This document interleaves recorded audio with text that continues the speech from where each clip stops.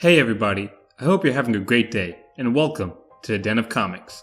Before we begin, make sure to click that like button, hit that subscribe, and that bell icon so we can continue to bring you amazing content. Now in this video, I'm going to be covering Gambit. He made his first appearance in the Uncanny X-Men issue number 266 in August of 1990. Gambit's real name is Remy Etienne Lebeau. However, in two different realities, he also goes by the name The New Son and The Witness. Now Gambit stands 6 feet 1 inches tall and weighs 175 pounds. He has black eyes with red pupils and brown hair. He also possesses the ability to charge objects with an unknown energy, and it's assumed that his mutant ability just allows him to tap into the potential energy of an object and change it into kinetic energy. Once said object hits a target, this causes any object he throws to explode upon impact. Now, it's noted that there was a temporary period that he could use his full power in a controlled fashion. During this time, he could charge an object just by looking at it, as well as being able to charge living tissue. He even exhibited a degree of control over time itself. The energies that Gambit's body taps into also gives him superhuman-like agility and speed, as well as dexterity that gives him extreme accuracy when it comes to throwing any object on any occasion. Heck, it's even been shown that this energy runs interference around his mind, shielding his brain from even extremely powerful telepaths, even from such likes as Professor Xavier. Now Gambit, he's an expert fighter that's very skilled at using his bow, as well as throwing objects such as knives, spikes, and of course his signature move, his playing card. As well, in addition to all these abilities, he also has his cunning charm, and of course a great pedigree of martial arts skills. Now this charm isn't just something to look over. It often gets others to agree with him and do whatever he wants. It's almost, as Jean Grey once said, mind manipulation.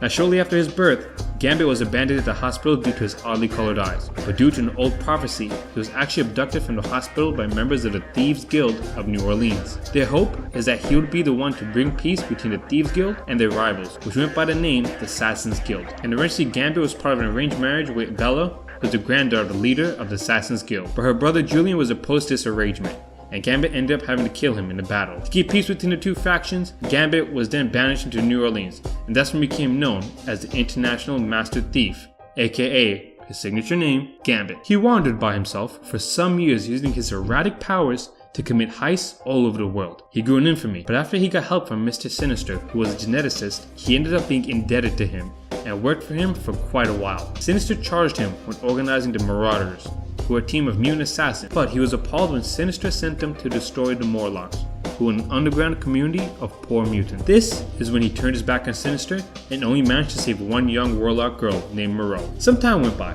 and Gambit ended up meeting and helping Storm, who had temporarily been turned into a child and needed help from the evil Shadow King. Because of this help, Storm advocated for Gambit to join the X-Men, and this is where he ended up meeting his longtime love, Ro.